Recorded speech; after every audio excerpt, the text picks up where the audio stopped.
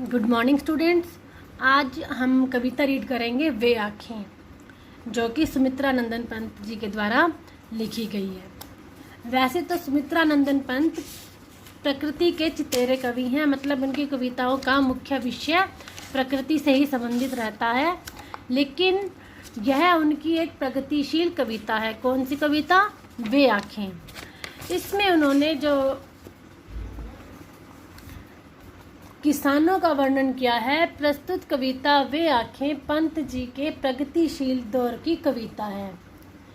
इसमें उन्होंने विकास की विरोधाभासी अवधारणाओं पर करारा प्रहार किया है। मतलब स्वाधीनता प्राप्त होने के बाद ये माना जाता है कि देश में विकास हो रहा है, लेकिन इसके विपरीत कुछ विरोधाभास भी हैं, जिनके कारण लगता है कि विकास के नाम पर यहाँ पर देश में कुछ भी नहीं हुआ और युग युग से, मतलब जो किसान पहले से ही परेशान था, अब भी वह परेशान ही है। युग युग से शोषण के शिकार किसान का जीवन कवि को आहत करता है, मतलब परेशान करता है। दुखद बात यह है कि स्वाधीन भारत में भी किसानों के लिए कुछ ज़्यादा नहीं किया गया। उनके कार्यों को ध्यान में रखकर, केंद्र में रखकर व्यवस्था ने उनके लिए कुछ ज़्यादा काम नहीं किया।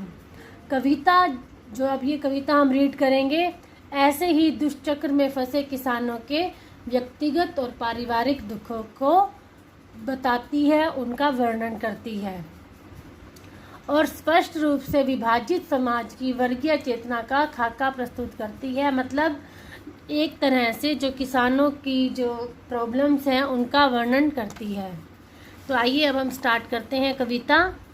अंधकार की गुहा सरीखी उन आँखों से डरता है मन, भरा दूर तक उनमें दारुण दैन्य दुख का नीरव रोदन। कवि कहते हैं कि जिस प्रकार गुफा में अंधकार होता है, उसी प्रकार जो किसान है उसकी आँखों में भी बहुत ज़्यादा दीनता भरी हुई है।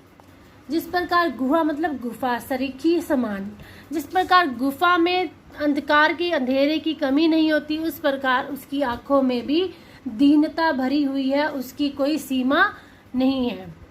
तो कवि उन आँखों को देखकर एक तरह से उसके मन में डर पैदा होता है, मतलब उनके लिए उनका हृदय परेशान हो उठता है। भरा दूर तक उनमें दारुण दैन्य दुख का नीरव रोदन। तो अब वो कहता है कि किसान की उन आँखों में दारुण मतलब बहुत ज़्यादा जो दुख भरा हुआ है, दीनता का, दैन्य मतलब दीनता का, गरीबी का दुख जो भरा हुआ है, उसे लेकर एक तरह से उनकी आंखें मौन होकर रो रही हैं, ऐसा वो महसूस कर रहा है उनकी आंखों को देखकर। तो इस प्रकार उन्होंने किसान की दीनहीन दशा का वर्णन किया है कि उनकी आंखें दीनता के कारण मौन रूप में रो रही हैं। नंबर 2, वह स्वाधीन किसान रहा अभिमान भरा आँखों में इसका, छोड़ उसे मझदार आज संसार कगार सदृश बह खिसका। अब कवि कहता है कि जैसे भारत को स्वाधीनता प्राप्त हो गई है, तो अब किसान को भी स्वाधीनता अर्थात स्वतंत्रता प्राप्त हो गई है, और इस स्वतंत्रता का अभिमान तो उसकी आँखों में है। अभिमान भरा आँखों में इसका मतलब उसकी आंखों में अब स्वतंत्रता का अभिमान तो है, लेकिन फिर भी उसके जो जीवन में है सुधार नहीं आया। उसे ऐसा लग रहा है कि जैसे सारा संसार उसे मझदार में छोड़कर, बिल्कुल जैसे किनारे साइड में होते हैं, उसी प्रकार वो वहाँ पर उसको छोड़कर चला गया है। जैसे कहने का अभिप्राय है कि संसार को अब किसान के दुखों से, उसकी पीड़ा से कोई लेना देना नहीं है, और वह किसान से अपना मतलब सिद्ध करके उससे उसी प्रकार दूर खड़ा हो गया है, जैसे किनारा बहती हुई मझधार से अलग खड़ा होता है। इस प्रकार उसे ऐसा लगता है कि संपूर्ण संसार के लोग उसकी पीड़ा को दूर ना करके उसकी अपेक्षा उसे मझधार में ही छोड़कर किनारों की तरह उससे दूर हो गए हैं, और वह मझधार में है और वह बीच में फंसा हुआ है और बाकी सारा संसार उससे दूर हो चुका है। नंबर 3, लहराते हुए खेत दरिगों में हुआ बेदखल वह अब जिनसे, लहराते हुए खेत दरिगों में हुआ बेदखल वह अब जिनसे, हंसती थी उसके जीवन की हरियाली जिनके त्रिन त्रिन से। अब कवि किसान के बारे में कह रहा है कि जिन खेतों की फसलों को लहराते हुए देखकर वह खुश हुआ करता था किसान, अब उन खेतों से जमींदार ने उसे बेदखल कर दिया है। तो उन खेतों में फसलों को लहराना उसके लिए मात्र जैसे सपने ही बन गए हैं, और वो सपने उसके दरिगों में मतलब आंखों में समाये हुए हैं। और जो फसलें थी उसकी हरियाली को देखकर उनके साथ वो जैसे अपने जीवन की भी खुशियां देखता था। उस हरियाली के कण कण में उसके जीवन की खुशियां बसी हुई थी। अब वो भी उसके लिए सपने की तरह बन गई हैं। तो इस प्रकार वो अपने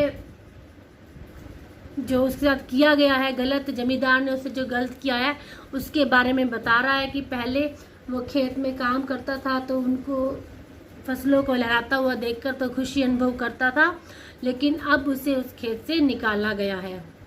नंबर 4, आंखों ही में घूमा करता वह उसकी आंखों का तारा, कारकुनों की लाठी से जो गया जवानी में ही मारा।